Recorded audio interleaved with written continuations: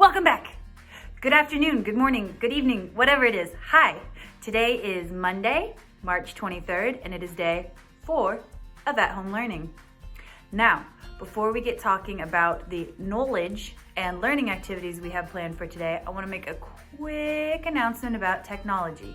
Now, I know that I am not the technology goddess of the world, but with all this stuff with YouTube lately, you guys got me feeling like... Whatever you say, boomer. Okay, boomer. Yeah, boomer. Whatever you say, boomer. Okay, boomer. Yeah, boomer. Whatever you say, boomer. Okay, boomer. Now, I know we've hit a couple of roadblocks that were largely out of my control. So is it any wonder people are afraid of technology? Technology! I also know you're the same students who are smart enough to get around our school firewall. You're the same students who know how to have your crunker game up in one window, mask while you pretend you're working on IXL. So what I'm begging and pleading is, guys, when something doesn't work immediately, don't freak out and be like, whoop, didn't work. Guess I don't have to learn. While at-home learning is still an optional thing right now, we are getting ready to transition to e-learning, which is not optional and is very, very, very graded. So if we don't start getting ourselves comfortable with technology and using our workarounds, then you're not getting yourself prepared for that e-learning phase. So with YouTube, work with me. Try at least one or two things before you say, oh, it's done, that's a wrap, doesn't work. Also, the big thing I would emphasize is, for some reason, the embedding of YouTube in Canvas sometimes is problematic for some people. The first and easiest thing to do is always just try copying the link and try it in a new tab or window, okay? If you personally have tried at least 2 or 3 different ways to view a video and you can't see it, then feel free to reach out to me. But the constant comments of, it didn't work when you tried one thing, not super helpful. Another note on technology. So I introduced last week the digital reading log. Guys, the way Google Docs work is if you put your information, you type all your beautiful entries in a Google Doc, and then someone else opens it and does the same, all of your, it goes bye. So the steps that you need to take in order to do the digital reading log, have it uniquely yours and not edited by anyone else, is prior to typing anything, make a copy of the Google Doc digital reading log template. Once you have done that, click close out of that original digital reading log template. Then go to your Google Drive and you should see copy of yellow reading log. Open that file and then begin typing your reading log entries. I love you, but I'm gonna continue to restore my digital reading log template to its original state if you disregard these instructions and fill it out. I have to keep a blank copy for everyone else. It's not fair to the rest of the students if I don't. So please, please, please follow directions. Ask if you're confused. Refer back to this or the other directions I've included, but do not type directly in the digital reading log template. Please and thank you. So again, all of our work right now is for the enrichment of our own minds and the continued gaining of knowledge. It is not graded assessments. I am keeping on top of IXLs, but none of those are considered late at this point because I cannot take grades right now. However, I will continue to monitor scores and enter them for students who have achieved mastery so that after spring break, when grades are assigned, you will already have a solid foundation. If you haven't been working on your IXL, that's fine, but you will have a few skills waiting for you after spring break. Last week we focused on D3 as our required skill and V1 as our optional extra credit. This week we are focusing on our required skill of D2 and our optional extra credit is J1. So feel free to take a look at those today, plug away at them a little bit. In the past, some of you may have noticed that I had some Lego boxes in my classroom. And you might have said, Miss Cosler, why do you have Lego boxes in your classroom? And I might have answered something like this. That's classified. It's classified? I could tell you, but then I'd have to kill you. The truth is that I had the Legos in my classroom for an introductory activity to Little Rock Girl 1957, actually. And you might ask, what? Bro, what are you talking about, man? So I split the class up into small groups and I gave everybody a box of Legos. And each group was responsible for taking the exact same box of Legos and building a mode of transportation. How you interpreted that challenge was up to you and your group, but I got everything from cars to boats to planes to helicopters to, I believe I had a mechanical sheep at one point, a microwave on wheels. It got pretty wild. Since we can't actually do that activity right now, I found a video that kind of illustrates the same idea. Check it out. Now, today, I'm not gonna teach you how to build something specific. Actually, what I'm gonna do is conduct an experiment. Because when it comes to building with Lego, so many people out there have told me they don't have new enough bricks, or cool enough bricks, or specific enough pieces. And a lot of people just don't think they have enough bricks. Well, my friends, today we're gonna give a bunch of people just 15 different bricks. Every single person's gonna get the exact same bricks, and we're gonna see what they can create. One of the things I love about Lego is no matter what you have, as long as you're equipped with your imagination, you can make some pretty awesome stuff. Ready to see what they make? Let's check it out.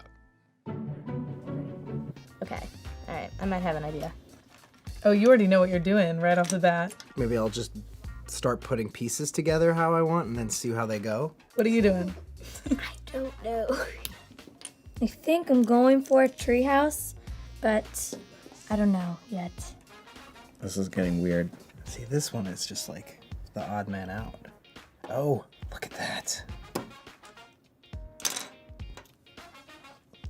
And well, I mean, a little guy.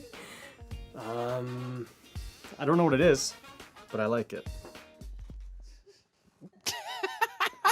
This is a lightsaber. And then this is the Arc de Triomphe in Paris. Doesn't have to make sense, you know? This is the beam, and this is the dust for your hands. This is the water bottle. It's a coffee stirrer. So this is a laser blaster. This would be the barrel. This is a crystal that would focus the laser. This red piece here, I just think it looks pretty cool there. That's the nose. And I wanted to use the arch as a smiley face. And it also lets you sort of tilt the head a little bit to give it some character. It's my glasses holder. Patent pending. My name is Stella, and I built a gymnastics set. So my name is Katie, and today I made a little critter named Willie. My name is Robbie, and I built the Robbieville flag. Lift your hands, like. So friends, there you have it. We've got cities, we've got buildings, we've got modern pieces of art, we've got creatures, we've got weapons from the future, and animals, and activities, and monuments, all from the same 15 pieces. Isn't that amazing? And some people saw the same thing in pieces, like they saw the arc, and they thought about architecture, but some people saw it as a frown or a smile. Some people saw the tiny, round, see-through blue piece, and they put it up in the sky as like a light or a beacon.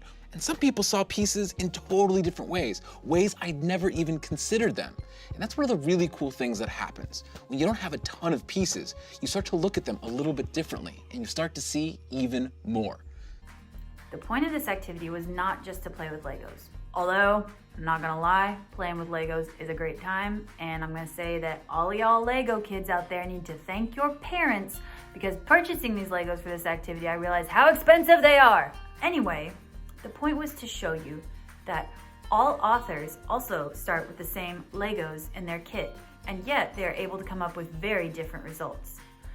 They start with the Legos of words, sentences, paragraphs, chapters, and text features.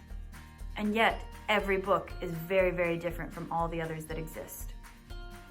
The reason books turn out differently is because authors make different decisions with how to put those Legos, those bricks, those fundamentals of writing together.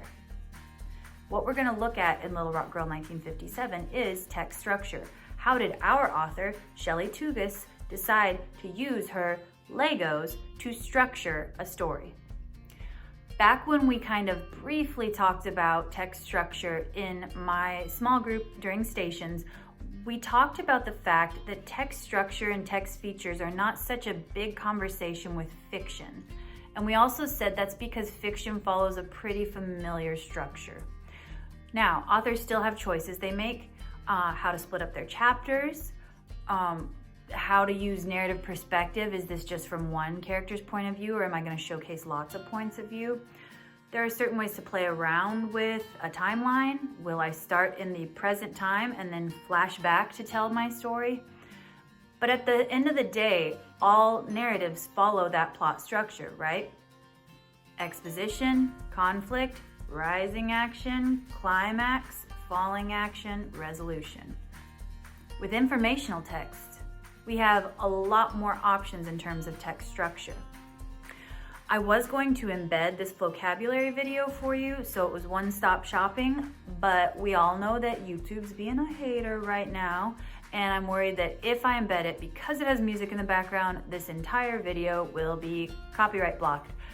So, if you could, when you're done watching this video, hop out and check out that vocabulary video about the 5 common types of text structure in informational text. We also talked previously about how historical writing is this unique blend of narrative writing and informational writing.